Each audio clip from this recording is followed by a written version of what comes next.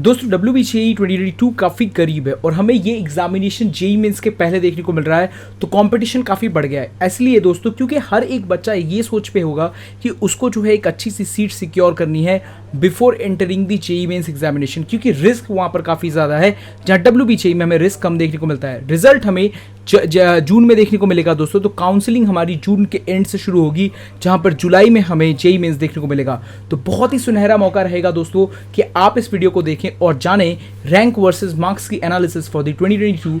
Video को शुरू से लेकर अंत तक देखते रहें। मेरा नाम है विवेक, मैं ऐसे ही वीडियोस बनाता हूँ। वीडियो को लाइक कीजिए, चैनल को सब्सक्राइब। साथ में दोस्तों हमें इंस्टाग्राम पे जरूर फॉलो कीजिए। अगर आपका कोई सवाल है तो उसका आंसर देने मुझे काफ़ी अच्छा लगेगा और बेहतर रहेगा कि आप हमारे टेलीग्राम ग्रुप को ज्वाइन कीजिए, क्योंकि वहाँ पर कोई अपडेट मैं मिस नहीं करता। चलिए अब बात कर लेते हैं यहाँ पर कि अगर आप लोग WBCE दे रहे हैं तो आप लोगों को इसका मार्किंग स्कीम पहले पता होना चाहिए कि किस तरीके से इसमें स्कोर किया जाता है और कितना स्कोर हमें मैक्सिमम स्कोर करना पड़ता है, और सारी चीज़ों का एनालिसिस आपको एक वीडियो में देखने को मिलेगा। उस वीडियो का लिंक मैं डिस्क्रिप्शन में ऐड कर दूंगा, तो आप उसे पहले देख लें। बट अगर आपने नहीं देखा तो कोई बात नहीं, आपको मैं कुछ ब्रीफ में बताता हुआ चलूंगा।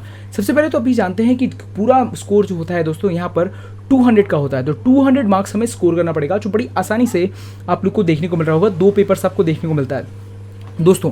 अगर आपका टारगेट सिर्फ फार्मेसी कॉलेज है तो सिर्फ आपको एनालिसिस करने की ज़रूरत है आपके particular physics and chemistry paper पे। बट अगर आप लोगों का इंजीनियरिंग में टारगेट है तो दोनों ही पेपर का एनालिसिस आपको करने की ज़रूरत है। बट अगर आप जादवपुर की फार्मेसी को चाहते हैं दोस्तों, तो अब भी आपको जो है दोनों पेपर को एनालिसिस करना ज़रूरी है। अब चलिए बात कर लेते हैं यहाँ पर कि अगर आप लोग के पास कैटेगरी रैंक है, जैसे कि आपके पास SC कैटेगरी रैंक है, आपके पास ST कैटेगरी रैंक है, तो ये सारे रैंक्स का कोई भी वैल्यूएशन नहीं किया जाएगा आपके पर्टिकुलर स्कोर से। इसका जो रैंक है वो दूसरे स्टूडेंट्स कितने भरे हैं उस पर्टिकुलर कैटेगरी से, उससे उसका रैंक जो है प्रिडिक्टेबल होता है। साथ में TFW रैंक भी कुछ ऐसा ही होता है, और TFW रैंक भी सिर्फ एक ऐसा प्रिडिक्टेबल रैंक होता है जहाँ पर बहुत सारे स्टूडेंट TFW रैंक को नहीं लेते, तो इससे जो है रैंक काफ़ी ज़्यादा होती है। बट बहुत सारे लोगों ने यस कर रखा है। चलिए अब हम लोग यहाँ पर आगे बढ़ते हैं और आगे बढ़ते हुए देखेंगे कि हमें कितना स्कोर करना चाहिए। दोस्तों अगर आप इंजीनियरिंग में एक टॉप कॉलेज मतलब जादवपुर में आप एक अच्छी सी कंप्यूटर साइंस में सीट चाहते हैं, आप एक जनरल कैंडिडेट हैं या फिर आप बाहर से आके यहाँ पर दे रहे हैं एग्जामिनेशन, तो आपको 120 से ज़्यादा स्कोर करना पड़ेगा, तभी आप कंप्यूटर साइंस या टॉप ब्रांच ले सकते हैं, क्योंकि 100 से 500 के अंदर आपका कट ऑफ देखने को मिलेगा। बट अगर आप लोग फॉर एग्जाम्पल किसी SC ST या फिर किसी कैटेगरी रैंक से हैं और वो भी वेस्ट बंगाल के स्टूडेंट है, तो दोस्तों आप यहाँ पर दूसरे कैटेगरी रैंक को भी टारगेट कर सकते हैं, जो आपका 100+ स्कोर है। 100+ स्कोर में भी आपको एक अच्छा ब्रांच देखने को मिलेगा, जहां पर रैंक आपका स्प्लिट होता हुआ दिखेगा 500 से 1000। दोस्तों ऊपर के जो स्कोर्स होते हैं 100 से लेकर 120, इसमें बहुत ही कम रेंज ऑफ स्टूडेंट होते हैं, इसलिए जो है इसमें पर्टिकुलरली आपको इतने बड़े रेंज में आपको सिर्फ 1000 स्टूडेंट देखने को मिल रहा है।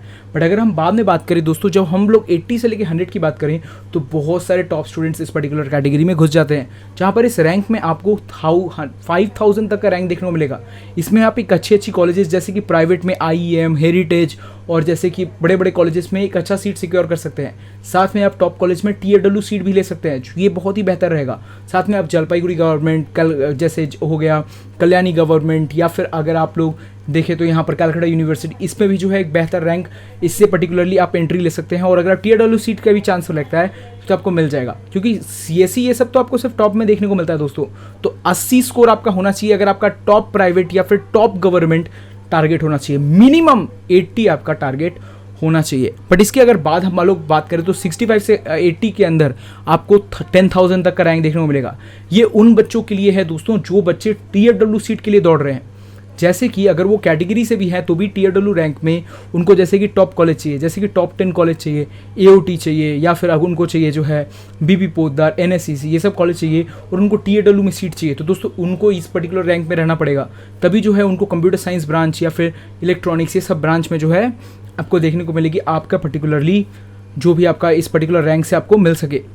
तो अगर आपको TFW सीट चाहिए तो इस पर्टिकुलर रैंक में आपको रहना पड़ेगा, आपका स्कोर होना चाहिए 65। इसके बाद जो 50 से लेकर 65 तक का स्कोर करते हैं दोस्तों, उस पर्टिकुलर स्टूडेंट के लिए मैं कह दूं कि उनको 15,000 तक रैंक जाएगा। इसमें आपका बेयर मिनिमम चांस है कि आपको TFW सीट लगेगी, बट इसके बाद जो है आपको टॉप कॉलेज में अच्छी सीट ज़रूर लगेगी। मतलब अगर 50 तक का स्कोर करते हैं तो आप लोग जो टॉप कॉलेजेस हैं जैसे कि आपका BB पोद्दार हो गया, NSCC हो गया, ये सब कॉलेज में आपको computer science branch normal seats में लग जाएंगी। पर अगर आप किसी कैटेगरी से हैं तो गवर्नमेंट कॉलेजेस, जो लोअर गवर्नमेंट कॉलेजेस हैं, उनमें आपको अच्छी सीट देखने को मिल सकती है। अगर आप SC ST हैं तो, अगर आप नहीं हैं SC ST तो दोस्तों आपको गवर्नमेंट कॉलेजेस इस पर्टिकुलर स्कोर में देखने को नहीं मिलेगी। आपका 80 मिनिमम स्कोर होना चाहिए अगर आपका गवर्नमेंट कॉलेज ही एक टारगेट है। तो आप अपने टारगेट अपने पेपर में ज़रूर लिख लें अभी के अभी, कि अगर आपका टारगेट जो है एक गवर्नमेंट कॉलेज है उनमें जो भी सीट हो, जैसे कि फॉर एग्जांपल मुझे सिर्फ कंप्यूटर साइंस या फिर इलेक्ट्रॉनिक्स तक में अपना ब्रांच रखना है, तो आपका टारगेट होना चाहिए 65 से ज़्यादा अगर आप किसी कैटेगरी से हैं। पर अगर आप कैटेगरी से नहीं हैं तो 80 आपका टारगेट होना चाहिए। अगर नहीं है दोस्तों तो इसके नीचे से आप अपने टारगेट को फिक्स कर सकते हैं। अगर कोई अभी अपना प्रिपरेशन स्टार्ट किया है वो 30 से 50 के अंदर अपना जो है टारगेट रख सकता है, क्योंकि उसकी रैंक 25,000 तक के अंदर आ जाएगी। क्योंकि अब जो है दोस्तों बहुत इस पर्टिकुलर रेंज में बहुत सारे स्टूडेंट होंगे। इस रैंक में आपको 35 से जो नंबर देखने को मिल रहा है इससे बहुत सारे स्टूडेंट होंगे, और इसमें आपको एक प्राइवेट कॉलेज में नॉर्मल सीट लग सकता है। बट अगर आप सोच रहे हैं इलेक्ट्रॉनिक्स से सब में अगर आप लोगों को चाहिए TW सीट, तो इम्पॉसिबल है दोस्तों अच्छे कॉलेज के लिए। पर लोअर कॉलेजेस में कुछ से कुछ आपको सीट मिल सकती हैं, बहुत ही कम चांस है, क्योंकि इनमें नंबर ऑफ स्टूडेंट्स ज़्यादा है और ये सारे स्टूडेंट मीडियोकर स्टूडेंट्स होंगे, मिडिल क्लास फैमिली से होंगे, और ये इस पर्टिकुलर सीट के लिए एक काफ़ी तगड़ी फाइट देंगे। और यहाँ पर दोस्तों इसके बाद जो 20 से लेकर 30 तक का स्कोर है उनमें आपको 30,000 तक का रैंक देखने को मिलेगा, जो मेरे ख्याल से एक one of the good ranks नहीं रहेगी इस पर्टिकुलर कंपटीशन के लिए, क्योंकि अब से जो है कंपटीशन काफ़ी बढ़ गया है। लास्ट ईयर 2021 में हमें जो कट ऑफ्स देखने को मिली दोस्तों वो अनबिलीवेबल थी और काफ़ी ज़्यादा बड़ी। पर यहाँ पर डिसेंट्रलाइज काउंसलिंग में आप बाद में ट्राई कर सकते हैं, क्योंकि डिसेंट्रलाइज काउंसलिंग अगर हुआ भी दोस्तों तो वो जो होगा जेईई मेंस के काउंसलिंग के बाद होगा। पर अगर उसके पहले करते हैं तो कॉलेजेस अपनी लॉस करेंगे, क्योंकि जेईई मेंस के बाद फिर बहुत सारी सीट जो है वापस से ब्लैंक होंगी। इसके बाद जो है दोस्तों 1 से लेकर 20 तक का स्कोर अगर आप करते हैं तो 35,000 से ज़्यादा आपको रैंक देखने को मिलेगा, क्योंकि नेगेटिव्स में रैंक आएगी जब 50,000 क्रॉस होगी उसके बाद। तो इससे हमें एक एनालिसिस और अपना टारगेट जो है सेट करने में काफ़ी मदद हुई होगी। अगर आपको मदद हुई इस पर्टिकुलर वीडियो से तो इस वीडियो को लाइक कीजिए, चैनल कीजिए सब्सक्राइब। दोस्तों ये पूरी की पूरी एनालिसिस जो है मेरे प्रीवियसली एनालिसिस पेपर्स के हिसाब से, लास्ट ईयर मैंने ऑलमोस्ट 300 से भी ज़्यादा काउंसलिंग्स किए और इसमें पर्टिकुलरली मैंने इसको एनालिसिस किया। आपको विश्वास नहीं होगा, लास्ट ईयर 2021 में जो पेपर इतना लेवल ऑफ हार्ड पेपर था उसमें हमें देखने को मिला 59 स्कोर में 2000 रैंक, जो काफ़ी ज़्यादा अनप्रिडिक्टेबल था। दोस्तों अगर आप WBJEE कैंडिडेट हैं और अगर आप लोग अच्छे से प्रिपेयर कर रहे हैं तो दोस्तों आप लोग आने वाले समय पे अच्छे कॉलेज को खोज रहे होंगे और आप लोगों को कुछ डायरेक्ट एडमिशन या फिर काउंसलिंग रिलेटेड सवाल हो सकते हैं आपके दिमाग में।